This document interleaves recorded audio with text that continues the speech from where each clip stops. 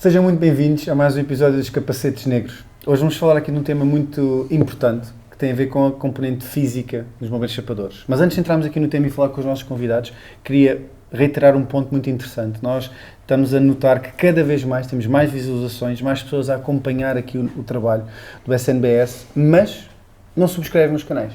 E é normal, porque efetivamente quem normalmente assiste a este tipo de conteúdos acaba por não subscrever porque sabe que o conteúdo chega até eles. Mas, curiosamente, olhamos para uma taxa só de 30% de quem vê que segue. Portanto, o que nós queríamos aqui pedir a todas as pessoas que estão-nos a ouvir no Spotify ou a ver no YouTube para seguir na plataforma, para efetivamente garantir que nos próximos episódios vão receber diretamente da plataforma a notificação, porque assim é mais fácil terem um acesso logo à informação que aqui é partilhada. Hoje o tema será a psicofisiologia na profissão do bombeiro sapador.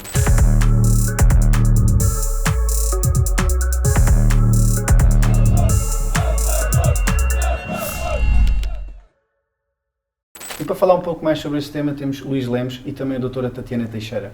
Gostava de começar com a doutora e para pedir também para se apresentar e dar aqui um bocado do contexto.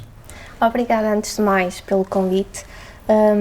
O meu nome é Tatiana Teixeira, sou doutorada em Segurança e Saúde Ocupacionais e sou investigadora no Instituto de Ciência e Inovação para Engenharia Mecânica e Industrial.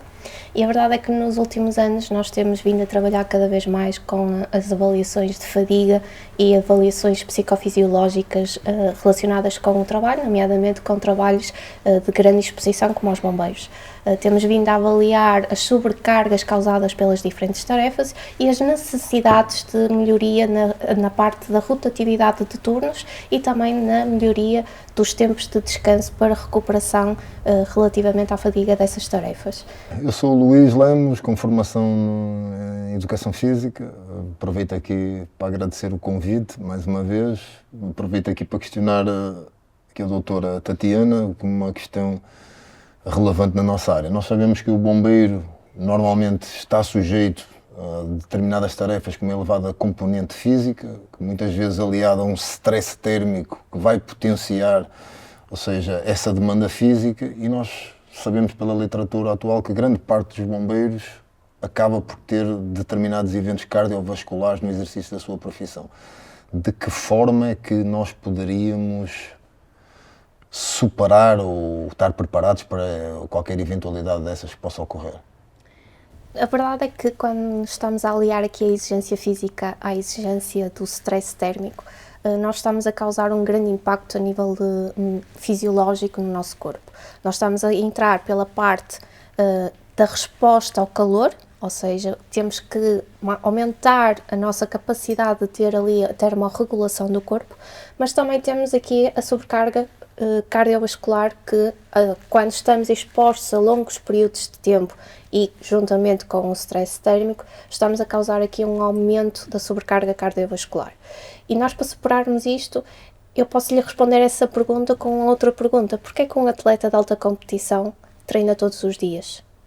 Para melhorar a sua capacidade cardiovascular, cardiorrespiratória, neste caso, e os bombeiros neste momento precisam disso, precisam de ter uma melhoria da sua capacidade cardiorrespiratória para conseguirem superar o exercício físico a que estão expostos.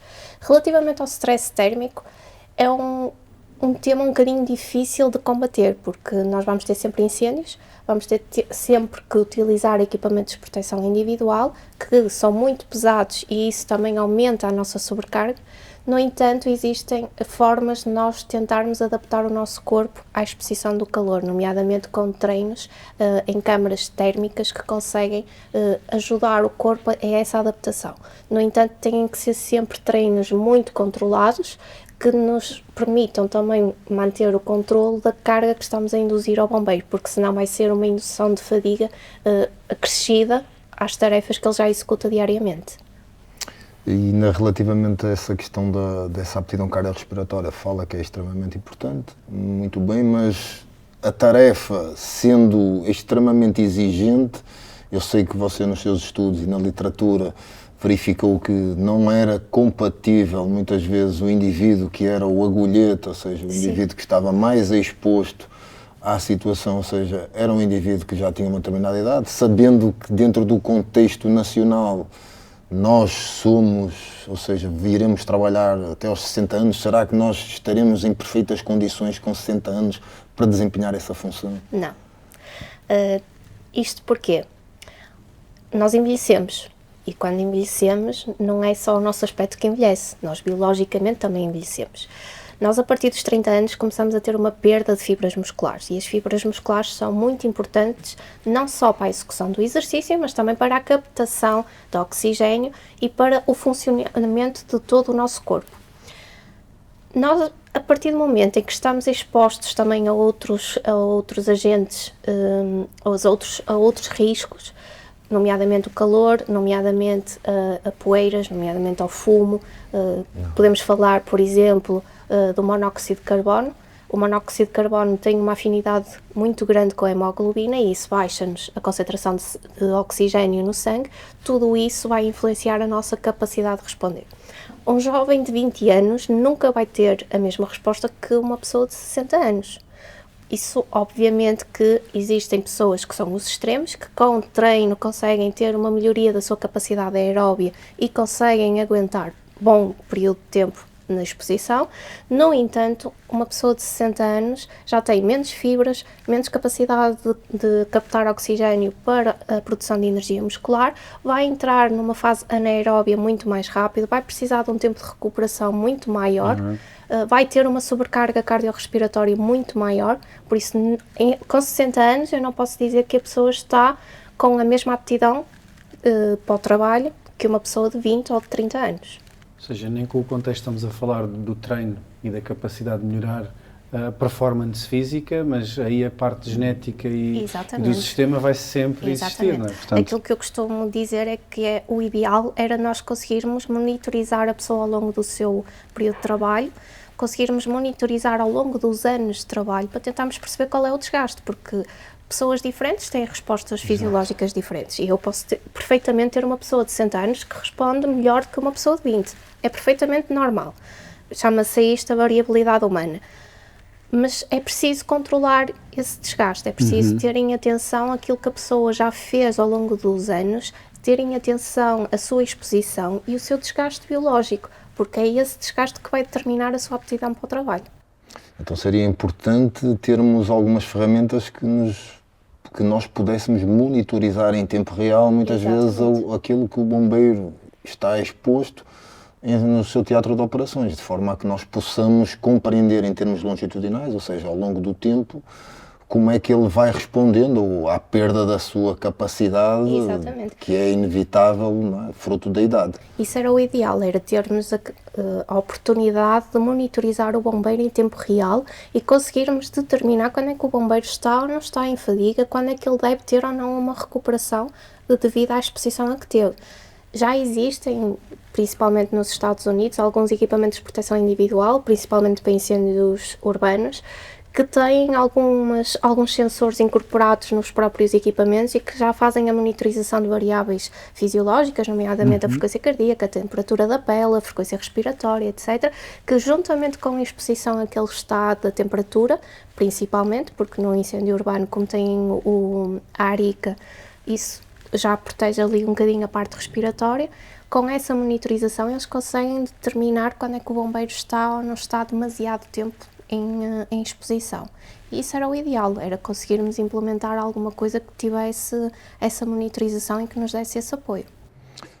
Mas só a questão, ela é em tempo real? Em tempo real, sim. Ou seja, estão a avaliar literalmente no teatro de operações o que está a acontecer naquele momento, não são dados que são retirados para depois irem ser analisados. Não, e até existem alguns sistemas em colete que fazem esse tipo de monitorizações e que nos permitem determinar quando é que existe a fadiga do bombeiro. Claro, isso seria muito útil realmente no teatro de operações. E isso até nos poderia permitir associar, por exemplo, muitas vezes no teatro de operações, vamos supor que seja do ponto de vista noturno, sabendo com a privação de sono, tentar compreender, sabemos que a tomada de decisão provavelmente não vai ser potenciada, não é? Devido a essa falta das horas de sono, mas também parece-me que essa privação de sono pode ter outras implicações em termos de saúde. Sim. Isso é garantido, porque a privação de sono vai nos alterar aqui o nosso círculo circadiano, e isso vai ter impactos a nível metabólicos e a nível hormonal, principalmente com a produção de hormonas de stress. Nós, quando dormimos menos horas do que acho que devíamos e estamos expostos a uma exigência física grande, estamos aqui a alterar todo o nosso sistema, e uma das hormonas que são as principais hormonas que são produzidas ao longo do tempo pelo stress que estamos a ser induzidos é o cortisol. E quando nós aumentamos a concentração de cortisol, tudo isso vai ter impacto também a nível neurológico, ou seja, nós vamos ter maior dificuldade na nossa atenção, vamos ter uma diminuição da nossa memória, vamos ter uma dificuldade na tomada de decisão, e vai haver aqui toda uma alteração. Juntamente com o resto dos agentes a que estamos expostos, isso vai ter um grande impacto e vai aumentar, obviamente, a fadiga acumulativa do bombeiro. Ok, essa fadiga também provavelmente também nos vai levar por vezes a cometer determinados erros, ou seja, que não são voluntários, mas são fruto dessa privação do sono, ou seja, inclusive muitas vezes a ter aquilo que nós chamamos de alguns acidentes laborais, fruto por muitas vezes dessa carga acumulativa que nós vamos tendo ao longo do tempo, não é? 20 anos, com essa privação de sono, isso também acaba por potenciar todos esses acidentes de ordem laboral. Exatamente. Isto porque a privação de sono nos bombeiros vem de onde? Vem do trabalho por turnos rotativos, e vem porque muitas das vezes eles estão a fazer o turno e não têm períodos de descanso, porque naquele dia por acaso acontece mais ocorrências e eles não têm esse período de descanso. E essa fadiga acumulativa é o que vai ter o maior impacto para que ocorra então essa dificuldade nessa atenção seletiva que eles têm, a tomada de decisão vai ser mais difícil para eles, vai ter muito mais cansaço, a sensação de cansaço, dores musculares, porque o nosso corpo vai ter que encontrar o equilíbrio fisiológico para conseguir combater essa exposição à privação de sono e à privação de descanso. Tudo isso ainda sendo potenciado por aquele stress traumático, muitas vezes todas as situações que eles enfrentam, e sei que você também estudou um bocadinho essa questão da ansiedade, do stress nos bombeiros. Sim, porque é muito interessante, porque eu como técnica de segurança no trabalho posso assumir que a maior dificuldade de um técnico de segurança no trabalho a fazer uma avaliação de riscos em bombeiros é que dentro do quartel é muito fácil. O problema é a partir do momento em que o veículo sai do quartel e vai para o teatro de operações. Porque nós nunca sabemos aquilo que vai encontrar. E a maior ansiedade que pode ser induzida a um bombeiro é ir para um teatro de operações, sabe que há um acidente, mas não sabe como é que o carro está, tem 2 vítimas, mas não sabe o estado das vítimas, não sabe se a vítima pode vir a morrer, e esse stress induzido pela própria situação em si vai causar a longo prazo coisas que na literatura já são muito evidenciadas, que é o stress pós-traumático, principalmente quando está associado a mortes com crianças, a mortes dos colegas que estão na mesma equipa e que tiveram uma fatalidade.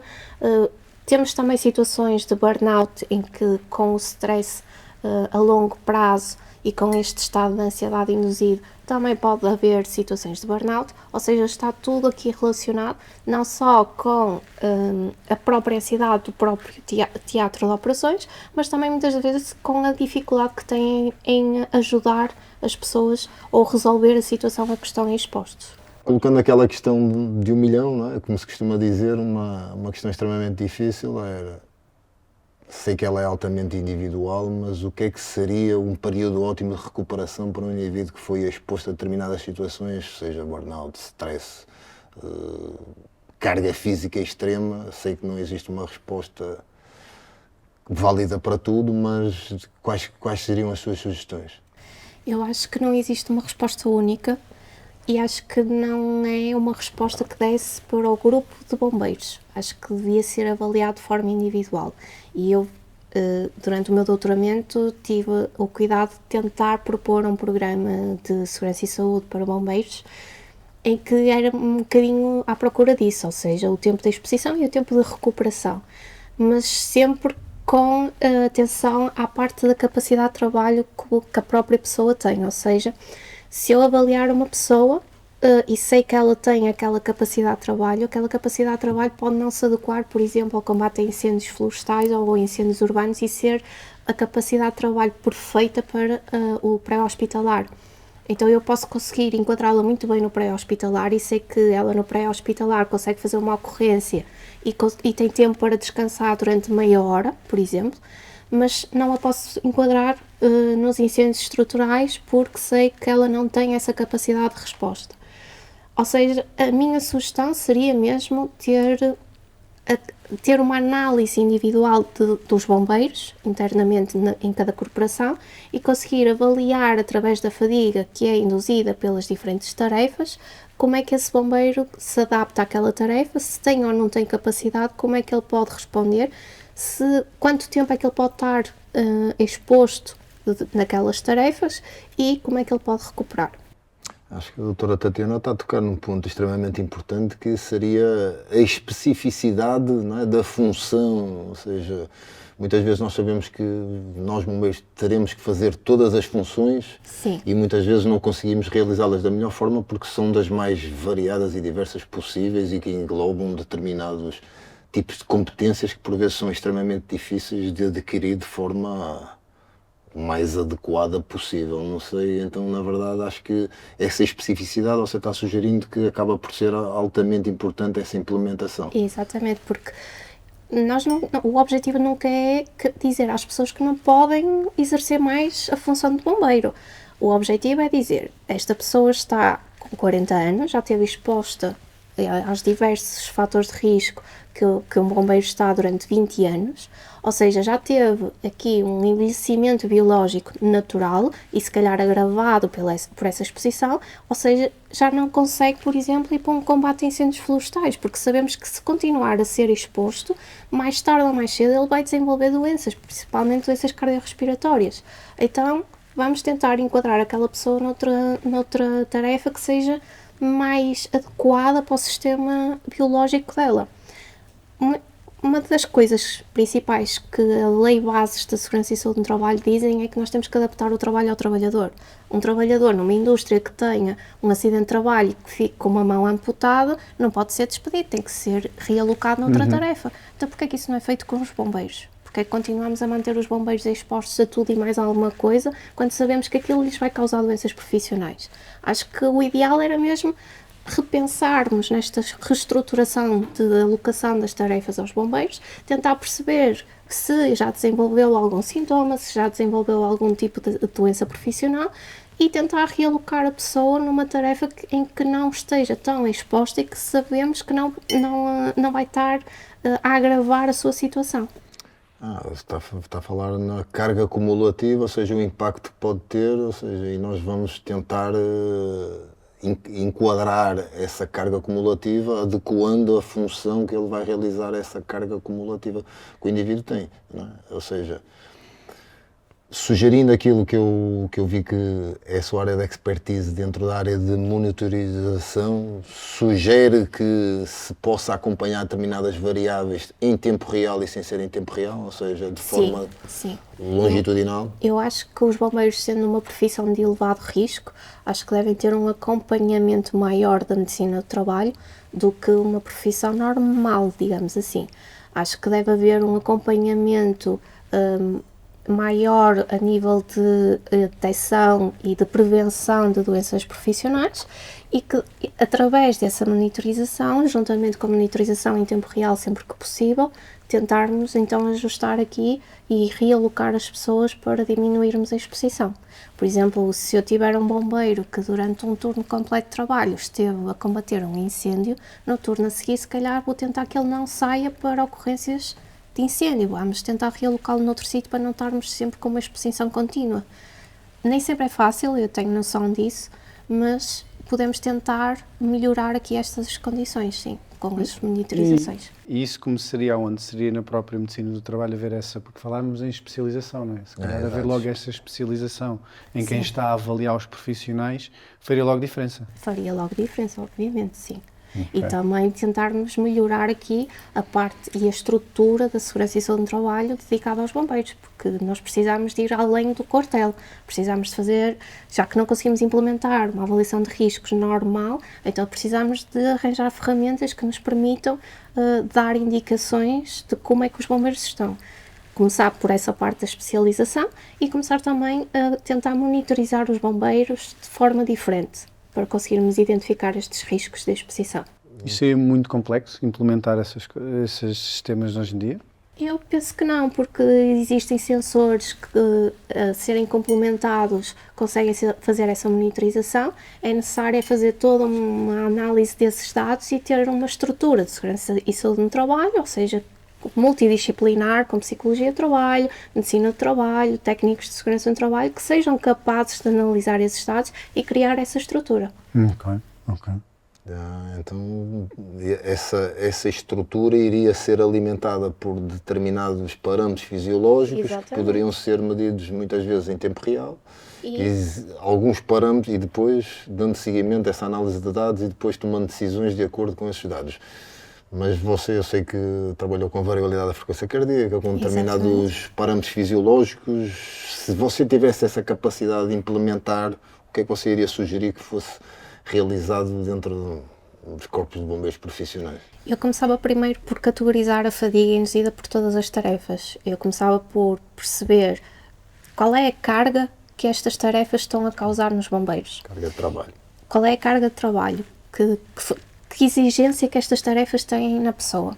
Fazia esse tipo de categorização, tentava perceber a minha população, ou seja, eu tenho que perceber quem são as pessoas que estão ali como bombeiros. Se já têm doença, se já têm alguma queixa relacionada com o trabalho, nomeadamente para identificarmos aqui situações de stress, de ansiedade, situações de burnout que não estejam identificadas, e depois aí pegava nesses dados e tentava perceber como é que, com a capacidade de trabalho de cada indivíduo, com a caracterização da população e com a caracterização da fadiga de cada tarefa, tentava construir um sistema que me desse esse apoio na tomada de decisão, principalmente ao chefe de equipa que está no teatro de operações. Ou seja, nós ainda não conseguimos, pelos vistos, caracterizar realmente a nossa profissão em termos de carga de trabalho, em termos de especificidade física. Ou seja, nós precisamos primeiramente caracterizá-la, para depois, posteriormente, poder intervir. Porque como é que eu vou intervir numa tarefa se eu não sei qual é a fadiga que é induzida por ela?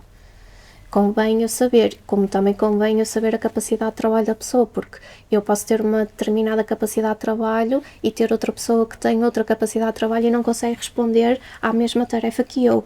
Por isso, é muito importante estudar a fadiga induzida pelas diferentes tarefas e estudar o indivíduo para saber a sua capacidade.